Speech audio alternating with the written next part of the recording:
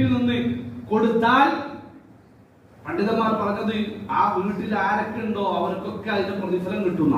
ഇന്ന് രാവിലെ പോലും ഞാൻ അത് ചർച്ച ചെയ്തിട്ട് മിമ്പറിൽ കയറി നിൽക്കുന്നത്.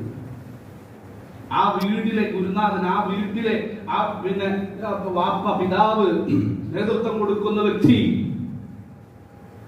എന്റെ ഷെയർ ഉദയത്തിൽ എന്ന് പറഞ്ഞു കൊടുത്താൽ ആ വീട്ടിലെ ആളുകൾക്കൊക്കെ അതിന്റെ പ്രതിഫലം കിട്ടും. അപ്പൊ നമ്മൾ എന്തിന് പരലോകത്ത് കിട്ടുന്ന ഒരു നന്മയെ നമ്മൾ ഇല്ലാതാക്കുന്നത്? അതല്ലെങ്കിൽ ഒരു വീട്ടിലെ പിന്നെ വാപ്പയും മക്കളും ഒക്കെ കൂടിയെടുത്തിട്ടോ എങ്ങനെയെങ്കിലൊക്കെ ആ ഒരു കർമ്മം നമ്മൾ ചെയ്തേ പറ്റൂ. നമ്മൾ എപ്പോഴും ആലോചിക്കണമെന്നറിയോ? അന്ന് ഇബ്രാഹിം നബി അലൈഹി സ്വലാത്തു വസ്സലാം ഇസ്മായിൽ നബി അലൈഹി സ്വലാത്തു വസ്സലാം ഈ അർത്തിരുന്നെങ്കിൽ അവസ്ഥ ആലോചിക്കുക.